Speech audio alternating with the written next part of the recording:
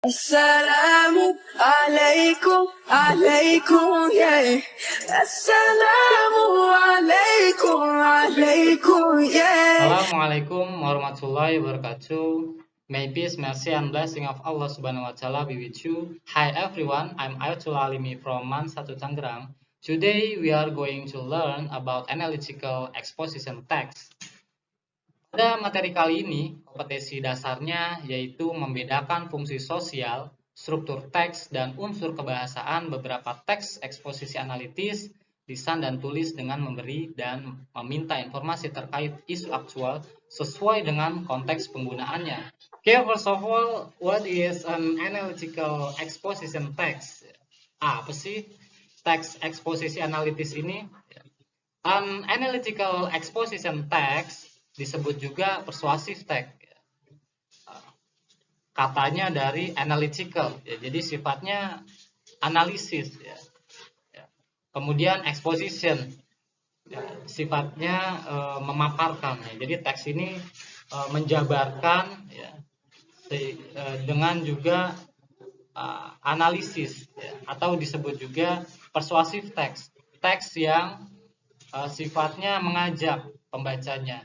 Is a form of essay, ya, dalam bentuk essay, ya, bentuknya uraian atau argumentative text, atau teksnya berisi alasan-alasan yang didesain to persuade the reader or listener that something is the case, good, bad, harmful, beneficial, etc. Jadi untuk mengajak pembaca atau pendengarnya bahwa sesuatu itu dalam hal ini apakah baik, buruk, ya, ataukah berbahaya atau bermanfaat, ya, misalnya bahaya dari merokok judulnya, kemudian pentingnya berolahraga untuk menjaga kesehatan misalnya, ya. Kemudian the text is supported by several argument, ya, jadi dalam teks ini ya, kebanyakan teman-teman isinya yaitu beberapa argumen, ya, alasan-alasan, ya, untuk mendukung topik teks tersebut, ya, sehingga pembaca memahami dan meyakini bahwa itu betul. Understand and believe it is true. The arguments and point of view have to be supported by facts. Dan alasan-alasan itu dan sudut pandangnya, ya, dari penulis harus didukung oleh fakta dan juga statistik, jadi by data, ini secara ilmiah gitu, ya, and relevant information, dan juga ada informasi-informasi yang berhubungan dengan topik tersebut. Kemudian teman-teman, apa social function, apa fungsi sosial dari teks eksposisi analitis ini, yaitu to convince the reader or to influence the readers that the topic presented is important or need attention. Jadi untuk meyakini pembaca atau mempengaruhi pembacanya bahwa topik yang dihadirkan itu penting dan, ya, butuh mendapat perhatian. Kemudian bagaimana struktur teks dari teks eksposisi analitis ini? Ini mudah sekali untuk diingat teman-teman, yaitu terdiri dari 3 bagian.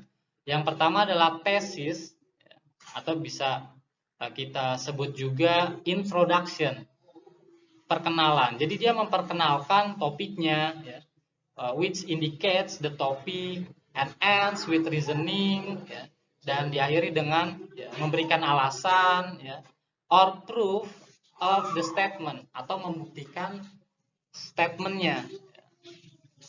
Ini biasanya di paragraf pertama. Kemudian teman-teman ada paragraf yang isinya arguments. Ini adalah bagian yang kedua, which lists reason. Jadi setiap paragraf di bagian argumen ini beda-beda topiknya. Jadi tidak hanya memberikan, ya, satu alasan, tapi lebih dari itu. Misalnya alasan pertama di paragraf pertama dari argumen, kemudian paragraf selanjutnya, terus selanjutnya lagi, ya, tergantung penulis ingin membuat berapa paragraf di bagian argumen. Tapi yang pasti teman-teman, setiap paragraf ini akan memberikan alasan yang berbeda, ya. berbeda-beda semuanya. Tidak memberikan alasan yang itu saja di setiap paragraf.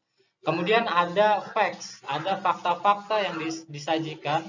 Ya, kemudian by data juga ya, atau statistik. Kemudian disediakan contohnya, provide examples.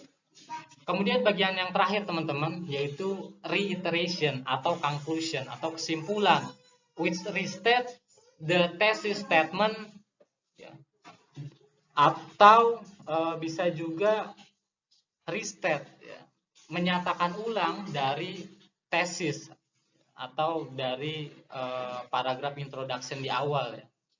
Atau juga menggambarkan kesimpulan berdasarkan argumen. Misalnya sebelumnya disebutkan berapa alasan ya, yang mendukung topik tersebut. Misalnya ada 3 poin, 4 poin, 5 poin, ya maka kita bisa juga summarize ya, atau meringkas ya, poin-poin tersebut dalam paragraf kesimpulan. Kemudian bagian yang terakhir teman-teman, yaitu unsur kebahasaannya atau language features. Analytical exposition texts are often written in the simple present tense. Jadi yang pertama, ciri ya dari teks eksposisi analitik ini ya seringnya menggunakan simple present. Kemudian analytical exposition text might also use if clause. Jadi bisa juga ya teman-teman di teks eksposisi analitis ini menggunakan if clause. Sebagai contoh misalnya if clause-nya seperti ini, if nuclear waste is not properly stored, ya, jika limbah nuklir tidak di store, ini maksudnya disimpan dengan baik. Ya. Ini polanya cause and effect ya. Jadi penyebabnya kalau limbah nuklir tidak disimpan dengan baik, it will be extremely hazardous to all living things. Maka akibatnya ini akan berbahaya ya, sangat berbahaya bagi makhluk hidup yang ada di sekitarnya. Kemudian teman-teman, you can develop an analytical exposition text by enumeration. Ini biasanya kita temukan di bagian argumen. Jadi ketika kita menyebutkan alasan-alasan yang mendukung topik ini, ya, biasanya di setiap paragraf maka akan dicantumkan enumeration-nya. Misalnya firstly, ya, ini untuk menunjukkan alasan pertama, kemudian secondly, ya, alasan yang kedua, kemudian lastly, ya, misalnya alasan yang terakhir, atau kita bisa juga gunakan the last but not least gitu ya. Ini adalah contoh dari teks eksposisi analitis. Misalnya pentingnya buku ya. Kenapa buku itu penting ya. Kita bisa lihat di paragraf pertama yaitu tesisnya ya, atau introduction. Dia akan memperkenalkan topiknya. Misalnya wise man once said, ya, seorang yang bijak mengatakan learning without books means nothing. Belajar tanpa buku itu nggak berarti apa-apa. Kemudian dia menyebutkan pendapatnya dia, ya, alasannya kenapa saya katakan begitu, why do I say that. Kemudian dia ingin membuktikan ya, dari statement tersebut dengan beberapa alasan. This is for several reasons. Kemudian selanjutnya adalah bagian dari argumen. Kemudian dia akan menyebutkan alasan-alasan ya kenapa topik itu betul. Ya. Di sini contohnya ada 3 alasan teman-teman. Nah ini cirinya misalnya dia gunakan enumeration. Firstly, alasan pertama apa topiknya. Kemudian alasan yang kedua apa lagi. Kemudian alasan yang terakhir ya, atau alasan yang ketiga. Jadi setiap alasan ini beda-beda teman-teman. Tidak menjelaskan hanya satu alasan, tapi setiap paragraf ini menjelaskan alasan yang berbeda. Kemudian yang terakhir kita bisa lihat contoh dari conclusion atau reiteration. Ya, kesimpulan dari teks ini ya. Based on the reason above, berdasarkan alasan-alasan yang di atas, it is no wonder that books are said to be our window to the world. Ya, maka nggak heran kalau buku ini dikatakan sebagai jendela dunia. Ini dia menyimpulkan, draws a conclusion, dia menggambarkan kesimpulan dari alasan-alasan yang disebutkan sebelumnya. Assalamu alaikum, alaikum, yeah.